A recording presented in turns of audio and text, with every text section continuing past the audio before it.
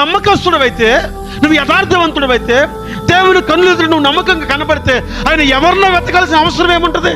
ఒకవేళ నన్ను దాటి వెళ్ళిపోయాడంటే అలాగే నమ్మకత్వం కనపడలేదు. 2 సంవత్సరాలు భక్తి చేసి బాల్యం నుండి నా తల్లిదండ్రులు నన్ను భక్తిలో పెంచి నా ముఖము చూసి ఈడు నమ్మకస్తుడు కాదు అని దేవుడు నన్ను దాటి వెళితే దానికంటే మరణమే మేలు. దేవుని పరిశుద్ధ నామానికి మహిమ కలుగునుగాక. కూడి వచ్చిన మీ అందరికీ నా హృదయపూర్వక వందనాలు. దేవుడు మిమ్ములను మీ కుటుంబాలను దీవించునుగాక. బైబిల్ గ్రంథంలో నుంచి చిన్న మాట చదువుదాం. కీర్తనల గ్రంథము 101వ కీర్తన 6వ చరణాన్ని చదువుకుందాం. కీర్తనల గ్రంథము 101వ కీర్తన 6వ చరణం.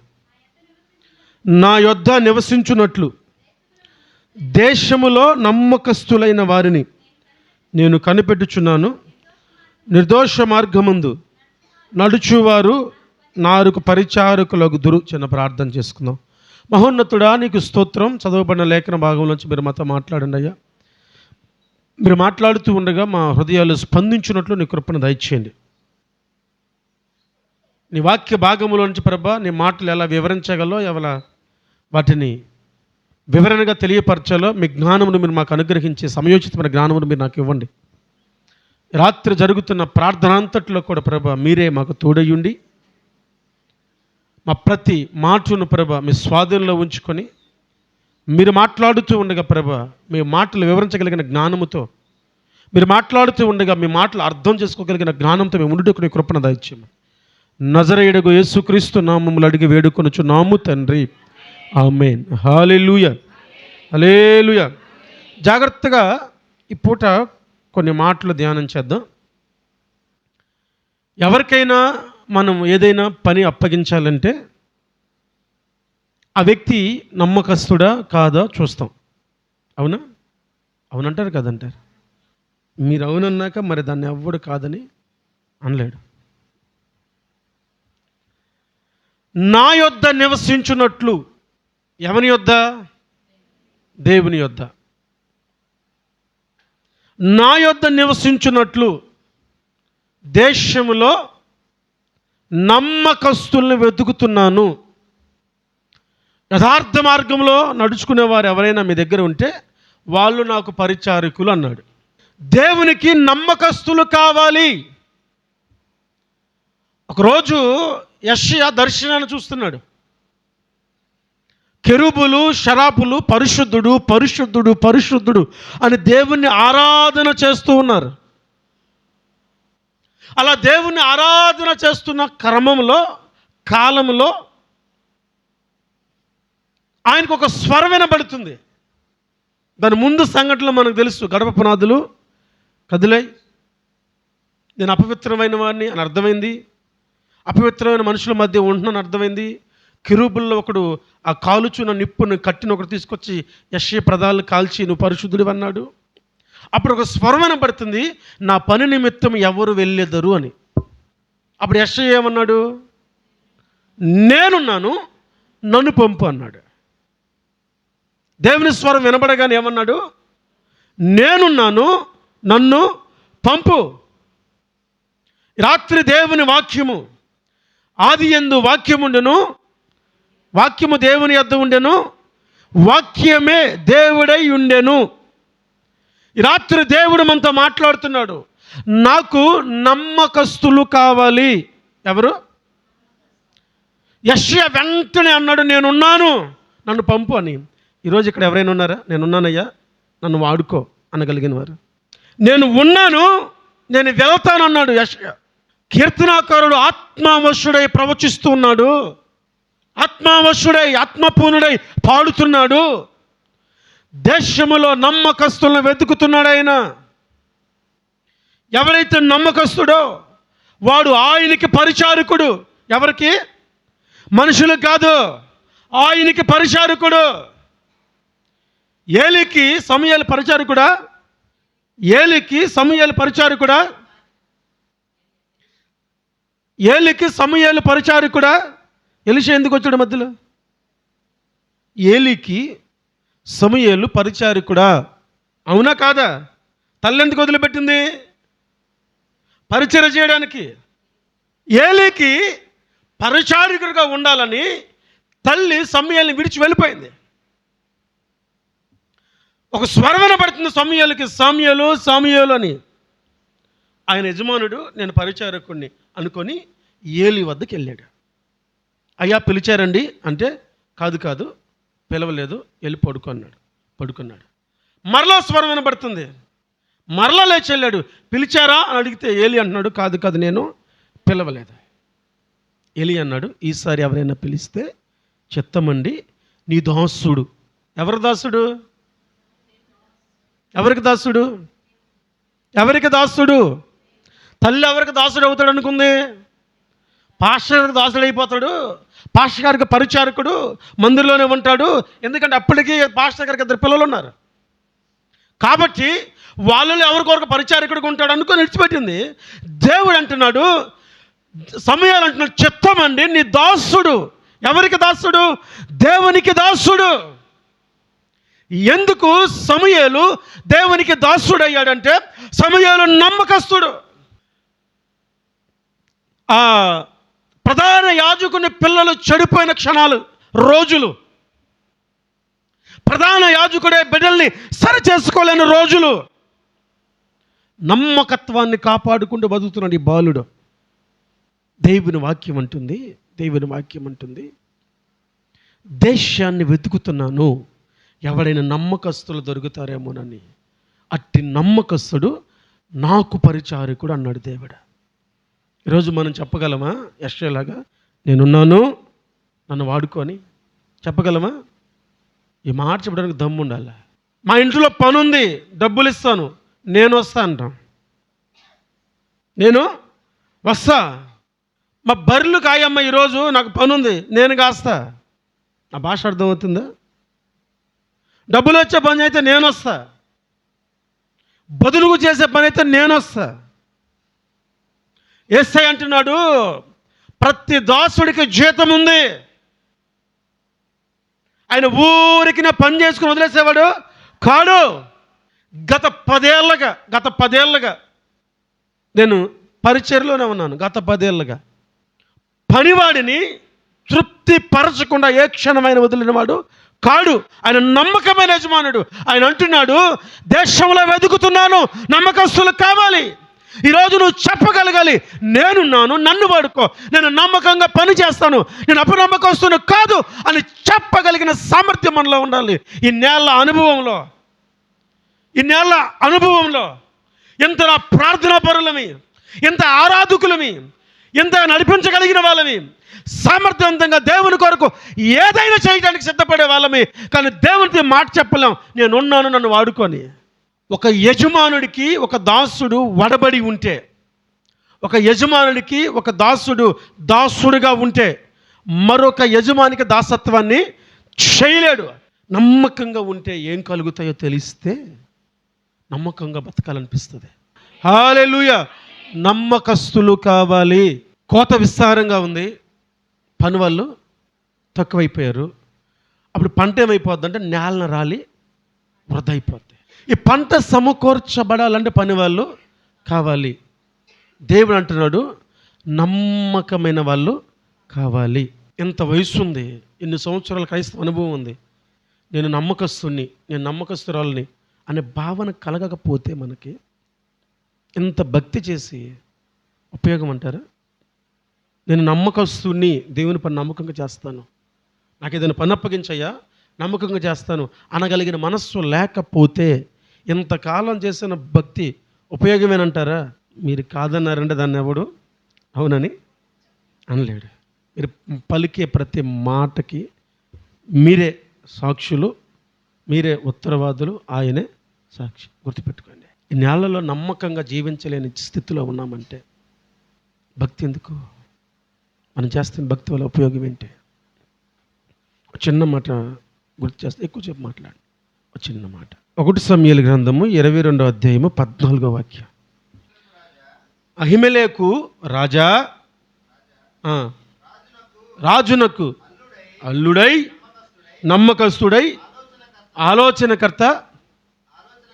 కర్తయై నీ నగరిలో ఘనత వహించిన దావీదు వంటి వాడు హల్లెలూయా, హల్లెలూయా. దావీదు లాంటోడు నీ సేవకుల్లో లేడు. ఒక యాజకుడు ఒక వ్యక్తి గురించి ఇస్తున్న సాక్ష్యం ఏంటంటే రాజుకు అల్లుడు, నమ్మకస్తుడు. 2వ అధ్యాయం 35వ వాక్యం, ఇదే గ్రంథము 2వ అధ్యాయము 35వ వాక్యాన్ని చదవండి.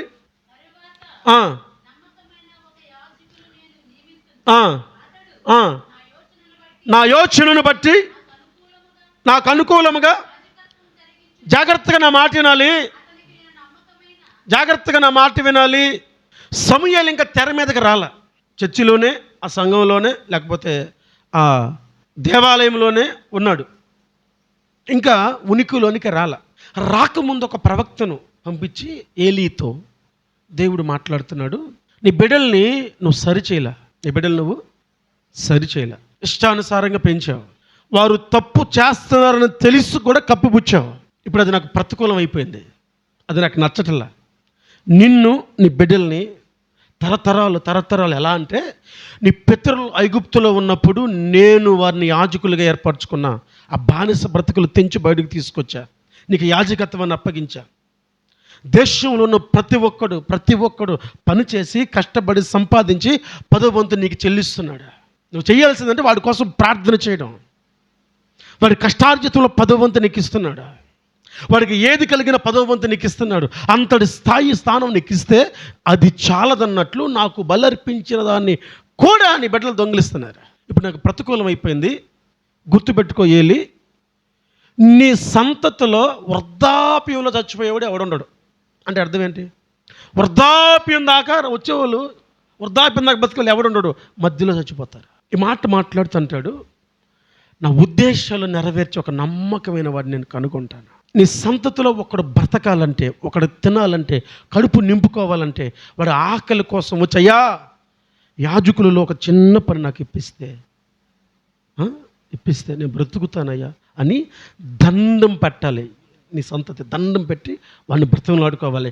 ఎంత దండం పెట్టి ఎంత నా యాజకులుగా పనిచేసినా వీడు వృద్ధాప్యం దాకా బ్రతుకుతాడంటే బ్రతకడు అని మాట్లాడి ఆ తదుపరి వెళ్ళి సమూయేలుతో మాట్లాడతాడు. దేవుడు ఒక కుటుంబాన్ని ఎంచుకున్నాడు, వాళ్ళు నమ్మకంగా సేవ చేయాలని కోరుకున్నాడు. ఆ స్థాయి ధిక్కరించారు వాళ్ళు. అప్పుడు మరొకనైనా వెతుక్కున్నాడు. ఆ భావన అర్థమవుతుందా? ఈరోజు నిన్ను కాల తన్ని వెళ్ళకముందే, నిన్ను కాదనుకొని ప్రక్కకి వెళ్ళకముందే, నీకు ఇచ్చిన యోగ్యత తీసేయకముందే, బైబిల్ ఒక మాట ఉంటుంది, కలిగిన వాడికి ఇవ్వబడెను, లేని వాని దగ్గర, ఉన్నదాన్ని నాశనం చేసేవాడి దగ్గర, ఉన్నదాన్ని ఉపయోగించుకున్నవాడి దగ్గర, ఉపయోగించుకోకుండా ఉండేవాడి దగ్గర తీసి ఎవడైతే ఉపయోగిస్తున్నాడో వాడికి ఇచ్చేస్తానన్నాడు. ఆ స్థితికి వెళ్ళిపోకముందే నేను నమ్మకస్తున్నయ్యా అని దేవుని ఎదుట కనపరుచుకునే స్థాయి మనకు ఉండాలి. ఆయనకి నమ్మకస్తులు కావాలి, నమ్మకస్తులు కావాలి, నమ్మకంగా బ్రతికే వాళ్ళు కావాలి. ఇశ్రాయేలు గురించి ఒక మాట ఉంటుంది నిర్గమాకాండంలో, వారు ఆయన కార్యములను చూచి నమ్మిరి. కార్యాలను చూచి, ఇక్కడ ఉన్న వాళ్ళకి దేవుని కార్యాలు తెలియదా? దేవుని కార్యాలు చూడలేదా? దేవుని కార్యాలు అనుభవించలేదా? జరిగింది బాగానే, దేవునికి స్తోత్రం. మీరు దేవునికి నమ్మకస్తులా? ఇక్కడ సౌండ్ ఉండదు, ఇప్పుడు సౌండ్ ఉండదు. నమ్మకత్వాన్ని కాపాడుకోవడం చాలా కష్టతరం. నమ్మకత్వం గురించి బోధించడం చాలా సింపుల్. బోధించే వ్యక్తి అయినా వినే వ్యక్తి అయినా తను కాపాడుకోవడం చాలా కష్టతరం. ఎంత కష్టతరం అంటే, బట్టలు లాగేసినా పారిపోయాడు ఒక ఆయన. ఎవరు? యోసేపు. స్త్రీని చూడగానే పాపం చేద్దామని ఆలోచన వచ్చింది వాళ్ళ ఇద్దరికి. ఎవరు? యోధ తామారుతో. భావన అర్థమవుతుంది? ఏది నమ్మకత్వం? అసలు యోసేపు అంటే ఎవడికో తెలియదు. యోసేపు ఏ ఊరో తెలియదు, ఏ గోత్రం తెలియదు, ఏ వంశమో తెలియదు, ఏ జాతీయుడో తెలియదు. ఒక ఇంటిలో ఉన్నతమైన స్థాయిని కల్పించారు. వెచ్చలవిడితనంగా బ్రతకొచ్చు. ఎందుకంటే నన్ను అడిగేవాడు లేడు. యోధ బాధ్యత కలిగినాడు. 2 కుమారులకి పెళ్లి చేశాడు. బాధ్యత అంటే ఏందో తెలుసున్నాడు. సమాజంలో ఎలా బ్రతకాలో తెలుసున్నాడు. సమాజంలో విలువ ఉన్నవాడు యోధ. ఆయన చేసిన తప్పుని బాలుడు ఎందుకు చేయలేకపోయాడంటే, బాలుడు అన్న మాట ఏంటంటే, యవనస్తుడు అన్న మాట ఏంటంటే, దేవుని కన్నుల ఎదుట అంటాడు ఒక మాట. అంటే దేవుడు చూస్తున్నాడు ఈ క్షణం నన్ను అనే ఆలోచనలో ఉన్నాడు. ఈ క్షణం దేవుడు నన్ను చూస్తున్నాడు అనే ఆలోచన ఎవడి మనసులో అయితే ఉండదో వాడు తప్పు చేయడానికి, పాపంలో పడిపోవడానికి కారణం ఉంటుంది. ఈ క్షణము కూడా దేవుని చూపు నా మీదే ఉంది అనేవాడు భయపడతాడు. నమ్మకస్తులో ఉన్న గుణం ఏంటంటే ఈ క్షణం కూడా దేవుడు నన్ను చూస్తున్నాడు, ప్రతి క్షణం దేవుడు నన్ను చూస్తున్నాడు, ఆయన ఫోకస్ నా మీద ఉందని బ్రతుకుతాడు. సంఖ్యాకాండము 12వ అధ్యాయం 7వ వాక్యంలో, సంఖ్యాకాండము 12వ అధ్యాయము 7వ వాక్యంలో మోషేను గురించి దేవుడు అంటాడు, అతడు నా ఇల్లంతటిలో నమ్మకమైన వాడు. ఈరోజు మీ తల్లి, మీ తండ్రి, మీ ఇరుగు పొరుగువారు సాక్ష్యం ఇస్తారా మన గురించి? నా ఇంటిలో మోషే నమ్మకస్తుడు అన్నాడు దేవుడు. నా ఇంటిలో మోషే నమ్మకస్తుడు. ఊజు దేశంలో యోబు లాంటోడు లేడన్నాడు దేవుడు. ఈ యాజకుడు అంటున్నాడు, ఎల్మెలెక్ అనే యాజకుడు అంటున్నాడు సౌలుతో, దావీదు నమ్మకస్తుడు. ఈరోజు మనల్ని చూసి దేవుడైనా, మన ఇంటి వారైనా, మన ఇరుగు పొరుగు వారైనా వాళ్ళు నమ్మకస్తులు, తప్పును చేయరాలు, వారు భక్తి కలిగిన వాళ్ళు అని చెప్పగలరా? దేవుడు ఎవరి కోసం వెతుకుతున్నాడంటే నమ్మకస్తుల కోసం. ఏం చేస్తావు నమ్మకస్తులు అంటే? నాకు పరిచారకులు అన్నాడు ఆయన. ఈరోజు సమస్య ఎక్కడంటే అసలు దేవునికి పరిచారకులుగా ఎందుకు ఉండాలి అనేది సమస్య. దేవునికి పరిచారకులుగా ఎందుకు ఉండాలనేది సమస్య. మనిషి ఏం చేసినా లాభాన్ని చూసి చేయటం అలవాటైపోయింది. మనిషి ఏం చేసినా నాకేంటి, నాకెంత వస్తుంది అని చూసుకోవడం అలవాటైపోయింది. కానీ యేసుప్రభువు వారు చెప్పాడు, నన్ను ఎవరైనా వెంబడిస్తే అన్ని వద్దనుకొని అన్ని వదిలేసుకొని రావాలి. ఇది ఇష్టపడి కొన్నానయ్యా, ఇష్టపడి తెచ్చానయ్యా, ఇష్టపడి పెంచుకున్నానయ్యా, ఇష్టపడి కట్టుకున్నానయ్యా, వదిలేయటమే. కట్టబడిన గాడిదను విప్పుతున్నప్పుడు ఏం చెప్పారు వాళ్ళు శిష్యులు? ఇది ప్రభువునకు కావాలి. ప్రభువుకు కావాలా? వదిలేశాడు. నువ్వు దేవునికి కావాలి అని నీకు అర్థమవుతుందా? నీ జీవితం దేవుంది అని నీకు అర్థమవుతుందా? ఎందుకు దేవుడు నిన్ను పిలుస్తున్నాడు అర్థమవుతుందా? ఏ యోగ్యత ఇవ్వాలని పిలిస్తే నువ్వు ఎక్కడ ఆగిపోయావు అర్థమవుతుందా? నిన్ను సింహాసనం మీద కూర్చుని పెడదామని తీసుకొస్తే రాజుకు అల్లుడిగా కావాలని ఆగిపోయిన దావీదు జీవితం అంటే జీవితం అయిపోయిందా? దేవుని ఉద్దేశాలు ఏంటో అర్థం కాకుండా బ్రతుకుతున్నావా? ఆయన ఏం కోరుకుంటున్నాడో నీకు అర్థమవుతుందా? ఎందుకు పిలిచాడో తెలుసా? ఎందుకు సృజించాడో తెలుసా? నువ్వు నమ్మకస్తుడవైతే, నువ్వు యథార్థవంతుడవైతే, దేవుని కన్నులు ఎదురు నువ్వు నమ్మకంగా కనబడితే ఆయన ఎవరినో వెతకాల్సిన అవసరం ఏముంటుంది? నువ్వు నమ్మకస్తుడు అయినప్పుడు ఎవరి కోసం ఆయన ఎందుకు వెళ్ళాలి? పేతురుని పిలిచినట్లు, ఆంధ్రుని పిలిచినట్లు, మత్తయిని పిలిచినట్లు, సుంకపు కొత్తాదాడైనా, లేకపోతే ఆ జక్కయ్య అనేకుల్ని హింసించాడు, అనేకుల దగ్గర అధికమైన వడ్డీ వసూలు చేశాడు, ఆయన్ని కూడా పిలిచాడు దేవుడు. ఈరోజు ఎందుకు నన్ను పిలవలేదు? సుంకపు గుత్తదారుడై మెట్లు దగ్గర ట్యాక్స్ వసూలు చేస్తున్నాడు, ప్రజల్ని బాధించేవాడు. ఎవడు ఇష్టపడరు ఆయన్ని, వెళ్ళి ఆయన్ని పిలిచాడు. మత్తయ్య నన్ను వెంబడించు అన్నాడు. చేపలు వేట చేస్తున్నాడు పేతురు, అక్షర ముక్క లేదు, రాదు, పాండిత్యం ఎరగనోళ్ళని చెప్పాడు. పేతురుని పిలిచాడు దేవుడు. ఈరోజు ఎందుకు దేవుడు నన్ను పిలవట్లేదు? ఎంత యోగ్యతలున్నా, ఎంత అర్హతలున్నా, ఎంత చదువు ఉన్నంటే నాలో నమ్మకత్వం కనపడలే ఆయనకి. అందుకే దేశంలో నమ్మకస్తుల్ని వెతుకుతున్నాడు ఆయన. చదవరుల్ని కాదు, జ్ఞానవంతుల్ని కాదు, యోగ్యతలు ఉన్న వాళ్ళని కాదు, పేరు ప్రతిష్టలు ఉన్న వాళ్ళని కాదు, నమ్మకస్తులను వెతుకుతున్నాడు. ఒకవేళ ఆ లిస్ట్లో నీ పేరు లేదంటే నువ్వు నమ్మకస్తుడువో కాదు, నీ విజ్ఞతకి వదిలేస్తున్నాను. ఒకవేళ ఆయన పిలిచిన స్పందించని స్థితిలో ఉంటే అది బహుఘోరం. దేవుని పని చేయాలని చాలామందికి తెలుసు, అర్థమవుతుంది. దేవుడు పిలుస్తున్నాడని తెలుసు, అర్థమవుతుంది. ఒక విషయం చెబుతాను నేను మీకు, గుర్తుపెట్టుకోండి.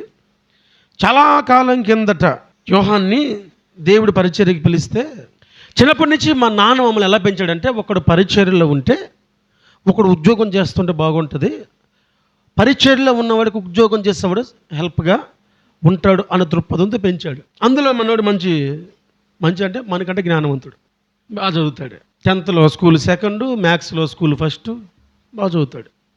ఇది ఫోకస్ అంతా ఉద్యోగం చేద్దామని ఉండిపోయింది. కాబట్టి దేవుడు ఎన్నిసార్లు పిలిచినా దానికి స్పందించడం మానేశాడు.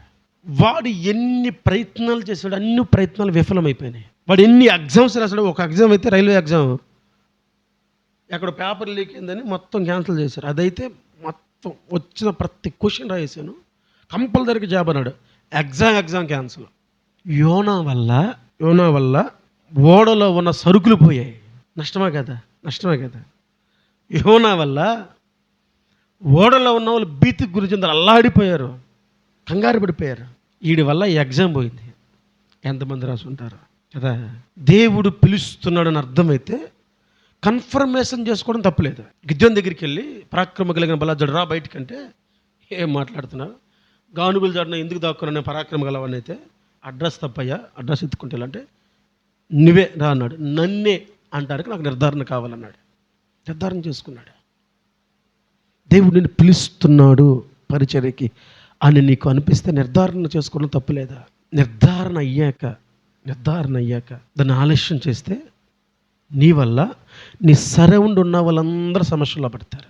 యోనా వల్ల ఓడలో ఉన్న వాళ్ళందరూ సమస్యలు పడినట్లు నన్ను దేవుడు పిలుస్తున్న పిలుపు నేను నిర్లక్ష్యం చేస్తే నా వల్ల నా సరౌండ్ ఉన్న వాళ్ళందరూ బాధకు గురవుతారు. ఆ మాట అర్థమవుతుందా? కాబట్టి నమ్మకస్తులు కావాలి ఆయనకి. నమ్మకస్తుల లిస్టులో నువ్వు ఉంటే దేవునికి స్తోత్రం. ఒకవేళ లిస్టులో ఉండి నువ్వు లేనట్లు ప్రవర్తిస్తే దేవునికి మరీ స్తోత్రం. ఎందుకంటే వదిలిపెట్టే ప్రసక్తి ఏమీ ఉండదు. లిస్టులో పేరుంటే వదిలిపెట్టే ప్రసక్తే ఉండదు. ఖచ్చితంగా ప్యాకేజ్ పడిపోతాయి. లిస్టులో పేరు ఉండాలి కానీ ప్యాకేజ్ మిస్ అయ్యే ప్రసక్తే ఉండదు. ఒకవేళ లిస్టులో పేరున్న లేనట్టు నటిస్తే రెండు పీకి మరీ లిస్టులోకి తీసుకొస్తాడు. ఒకవేళ నన్ను దాటి వెళ్ళిపోయాడంటే నాలానికి నమ్మకత్వం కనపడలే. 2 సంవత్సరాలు భక్తి చేసి బాల్యం నుండి నా తల్లిదండ్రులు నన్ను భక్తిలో పెంచి నా ముఖము చూసి వీడు నమ్మకస్తుడు కాదు అని దేవుడు నన్ను దాటి వెళితే దానికంటే మరణమే మేలు. నా ముఖం చూసి వీడు నమ్మకస్తుడు కాదు అని దేవుడు నన్ను దాటి వెళితే ఎంతకాలం నేను చేసిన భక్తి ఎందుకు? దేవునికి ఒక ఆశ ఉంది, నమ్మకస్తులు కావాలి, వెతుకుతున్నాడు. నేను నమ్మకంగా నీ పని చేస్తానని చెప్పే స్థాయి మనకి లేకపోతే ఎలా? భాష అర్థమవుతుందా? మోషే అంటున్నాడు అతను ఇల్లంతటిలో నమ్మకిస్తున్నాడు. రాజుల గ్రంథం మనం చదువుతూ ఉంటే దేవుని ఆలయంలో ధనాగారాన్ని పని చేయించడానికి ఆ అధికారులను నియమించి అక్కడ ఒక మాట ఉంటుంది, వాళ్ళు నమ్మకస్తులైనందున లెక్క అడగలేదు అని ఉంది. ఎంతమంది పిల్లలకి డబ్బులు ఇచ్చి మా వాడిని లెక్క అడగనండి ఏం చేస్తాడని అనేవాళ్ళు ఎంతమంది? పిల్లలకి డబ్బులు ఇచ్చి మరలా వాడి డబ్బులు కావాలని అడిగితే ఏం చేసేవారని నేను అడగనండి అంత నమ్మకస్తుడు మావాడు అనేవాళ్ళు ఎంతమంది? ఒక్క చేయి కూడా లేకలేదు. వారు నమ్మకస్తులైనందున. మీరేంత 2 రాజుల గ్రంథము 22:7 ఉంటుంది, చదవనవసరం లేదా? వాళ్ళు నమ్మకస్తులైనందున లెక్క అడగలేదు వాళ్ళని. నేను నమ్మకంగా ఉంటే, నేను యథార్థంగా ఉంటే, దేవుని దృష్టిలో నేను నమ్మకస్తుడిగా కనబడితే నాకు లాభం ఏంటి? నా భావన అర్థమవుతుందా? 2 సమూయేలు గ్రంథము 9వ అధ్యాయము 11వ వాక్యం తీయండి. 2 సమూయేలు 9:11. నా ఏలిన వాడకు రాజు తన దాసునికి ఇచ్చిన ఆజ్ఞ అంతటి చొప్పున చేసేదనని చెప్పాను. కాగా మెఫీబోషెతు, జాగ్రత్తగా వినాలి. మెఫీబోషెతు అని ఒక కుంటితనం కలిగిన వ్యక్తి ఉన్నాడు. సౌలు మనవడు అని దగ్గరికి తీలా. యోనాతాను కొడుకు. ఎవరి యోనాతాను? సౌలు కొడుకు. ఎవరి యోనాతాను? సింహాసనం కొరకు కక్కుర్తి పడినాడు. ఎవరి యోనాతాను? దేవుడు ఒక వ్యక్తిని గనుడిగా ఎంచాడని ఎరిగి ఆ ఘనమైన వ్యక్తి కోసం సింహాసనాన్ని వద్దనుకొని బ్రతికినాడు. ఎవరి యోనాతాను? తన పనివాడిని వెంట వేసుకొని వెళ్ళి శత్రువుల మీద యుద్ధం చేసి ఎవరి యుద్ధానికి రాకపోయినా విజయాన్ని తీసుకొచ్చిన వాడు ఈ యోనాతాను. ఎవరి యోనాతాను? తండ్రి దావీదుని చంప చూస్తే దావీదు దేవుని ద్వారా ఎన్నిక చేయబడిన వ్యక్తి, దేవుని ప్రణాళిక దావీదు జీవితంలో ఉందని దావీదుని కాపాడిన వాడు యోనాతాను. ఈ నమ్మకస్తుడైన వాడు చచ్చిపోతే దావీదు ఏడుస్తూ అంటాడు యోనాతానా నా సహోదరుడా, స్త్రీలు చూపించు ప్రేమ కంటే ఏం చూపించే ప్రేమ? స్త్రీలు చూపించు ప్రేమ కంటే అధికమైన ప్రేమ. స్త్రీలు అంత ప్రేమ చూపిస్తారంటే స్త్రీల మోజులో పడి హత్యలు చేసేవాడిని అడిగితే చెబుతాడు. స్త్రీలు అంత ప్రేమ చూపిస్తారంటే స్త్రీల మోజులో పడి బ్యాంకులో రాబర్ చేసేవాడిని అడిగితే చెబుతాడు. ఇంకా స్త్రీలు చూపించే ప్రేమ ఎలా ఉంటుందో మేము విజ్ఞతకు వదిలేస్తాం. ఇప్పుడు దావీదు ఏడుస్తున్నాడు, స్త్రీలు చూపించు ప్రేమ కంటే అధికము. ఈ యోనాతానుని బట్టి, యోనాతాను చనిపోయిన తర్వాత, ఈయన రాజైన తర్వాత షేబా అనేవాడిని పిలిచి యోనాతానుని బట్టి నేను మేలు చేయడానికి, ఉపకారం చేయడానికి, యోనాతాను కుటుంబంలో ఎవడన్నా బతుకున్నాడేమో చూడు అంటే ఒకడున్నాడు, ఆడి పేరు మెఫీబోషెతు, గుంటోడు, మనకు పనికిరాడు, పట్టుకురాపు అన్నాడు. అదరాబదరగా రథం వేసుకొని గబగబా వెళ్ళి ఆ మెఫీబోషెతు ఉండే ఇంటి ముందు ఆగారు. ఎక్కడ ఆగాడు? మెఫీబోషెతు ఉండే ఇంటి ముందు ఆగాడు. రేయ్, రాజుగారు రమ్మన్నారా అన్నాడు. సింపుల్, మీకు అర్థమవడానికి చదువుతున్నా, రాజకీయం కోసం కాదు. ఆడొక పార్టీ, ఈడొక పార్టీ. ఈడి పార్టీ లీడ్లో ఉంది. ఆడి ఇంటి దగ్గరికి వచ్చి రారా మా ఎమ్మెల్యే రమ్మన్నా నేను రా అన్నాడు అనుకో. ఆడేమనుకుంటాడు? సన్మానం చేయడానికి అనుకుంటాడా? నా భాష అర్థమవుతుందా? సన్మానం చేయడానికి పిలుస్తున్నారు అనుకుంటాడా? ఏమనుకుంటారక్క? నాకేదో ఉందరా అనుకుంటాడు. అవునే కదా. సౌలు దావీదుని చంపేద్దాం అనుకున్నాడు. ఎవరైనా రాజు అయిన తర్వాత ముందున్న రాజు ఎవడో వాడి సంతతిలో మగవాళ్ళు ఉండకుండా చంపేస్తాడు. ఎందుకంటే మరలా వాళ్ళు కూడగట్టుకొని యుద్ధానికి వస్తారని. ఇప్పుడు మెఫీబోషెతు ముందుకు రథం వచ్చి ఆగగానే గడగడ వణిగిపోతున్నాడు ఈయన. షెబా అంటాడు, రాజుగారు నేను రమ్మన్నారా? ఏమర్థం కాల. వచ్చాడు. మెఫీబోషెతు, నువ్వేనా? అయ్యా నేనేనయ్యా. ఎక్కడి నుంచి? వీడికి, ఈ కుంటివాడికి కూడా నేను తినే పక్కన కుర్చేసి నాతో పాటు భోజనం పెట్టండి రా అన్నాడు. అప్పుడు మెఫీబోషెతుకి ఏమర్థం కాక, చచ్చిన కుక్క వంటి వాడినైనా నా ఎడల నీకెందుకు ఎంత ప్రేమ అని అడిగా. బతుకుండే కుక్క విశ్వాసం కలదే, అవునా కదా?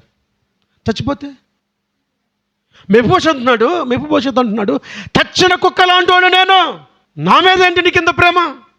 మీ నాన్న నమ్మకస్తుడురా. మీ నాన్న ఆశపడి ఉంటే ఈ సింహాసనం నాకు వచ్చేది కాదు. సౌలు చంపేస్తాడయ్యా నేను అడవిలో దాక్కున్నప్పుడు, బాణములు వేసినప్పుడు మీ నాన్న కపటంగా లేదులే సంపడలే రమ్మని తీసుకెళ్ళి ఉంటే ఆ రోజు మీ తాత మీ నాన్న నన్ను చంపేవాళ్ళే. మీ నాన్న నమ్మకస్తుడురా, నువ్వు బ్రతకాలని భోజనం పళ్ళ దగ్గర కూర్చోబెట్టాడు. రోజు దేవుడు అడుగుతున్నాడు, నాకు నమ్మకస్తులు కావాలి. నువ్వు నమ్మకంగా బ్రతికితే నీ తదనంతరం కూడా నీ బిడ్డల్ని ఆయన తన పరిచారకులుగా ఉంచుకుంటాడు. అయితే చాలా సందర్భాల్లో కొంచెంలో నమ్మకాన్ని పోగొట్టుకుంటాడు. ఎక్కడ? మత్తయి సువార్త 25:21 చదవండి. బలా నమ్మకమైన మంచి దాసుడా, నీవు ఈ కొంచెంలో నమ్మకంగా ఉన్నావు కనుక హల్లెలూయా హల్లెలూయా హల్లెలూయా. బలా నమ్మకమైన మంచి దాసుడా, నువ్వు కొంచెంలో నమ్మకంగా ఉన్నావు కనుక అదిగో ఎక్కువ నీకు ఇస్తాను. కొంచెంలో నమ్మకంగా ఉంటే ఎక్కువ వస్తాయి. కొంచెంలో నమ్మకంగా ఉంటే ఎక్కువ వస్తాయి. ఒక మిషనరీ గారు అన్నాడు, ఆయన పదే ఏం చెబుతాడంటే, నీవు నీ దేవుణ్ణి నీ గృహములో గణపరిస్తే దేవుడు నిన్ను నీ గ్రామంలో గణపరుస్తాడు. నీవు నీ దేవుణ్ణి నీ గ్రామములో గణపరిస్తే దేవుడు నిన్ను నీ జిల్లాలో గణపరుస్తాడు. దేవుడు నిన్ను జిల్లాలో గణపరిస్తే నువ్వు ఆయన గణపరిస్తే ఆయన రాష్ట్రంలో, నువ్వు రాష్ట్ర వ్యాప్తంగా ఆయన గణపరిస్తే ఆయన దేశవ్యాప్తంగా గణపరుస్తాడు. నువ్వు దేశవ్యాప్తంగా ఆయన గణపరిస్తే ఆయన ప్రపంచవ్యాప్తంగా నేను గణపరుస్తాడు. అంత చిన్న లాజిక్. నీవు నీ దేవునికి గృహంలో ఫస్ట్ నమ్మకంగా ఉంటే నిన్ను గ్రామంలో గణపరుస్తాడంట. అదే యేసయ్య అంటున్నాడు, కొంచెంలో నమ్మకంగా ఉన్నావు కాబట్టి అనేకమైన పట్టణాలు నీకు ఇస్తున్నాను. నువ్వు కొంచెంలో నమ్మకంగా ఉంటావా? ఆయనకి నమ్మకస్తులు కావాలి. ఎవరు కావాలి? ఈరోజు నువ్వు చెప్పగలవా, నేను నమ్మకస్తుని, నన్ను వాడుకో, నా బిడ్డలు నమ్మకస్తులు, వాళ్ళని వాడుకో అని చెప్పగలవా?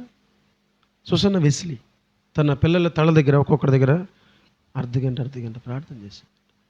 19లో 10 మంది చచ్చిపోతే మిగిలిన 9 మంది మిగిలితే 9 మంది దగ్గర 9 అర్ధగంటలు. నువ్వు తిప్పి ఫ్యామిలీ మొత్తం కలిపి ఒక అర్ధగంట కూడా చేయవే.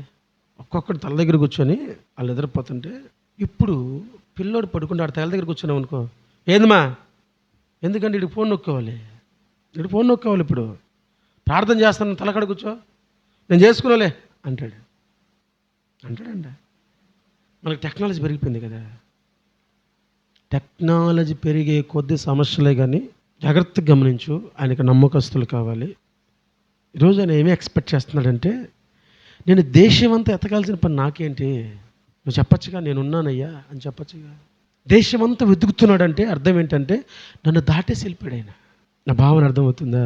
దేవుడు దేశమంతా వెతుకుతున్నాడంటే బహుశా నన్ను దాటి వెళ్ళిపోయాడేమో.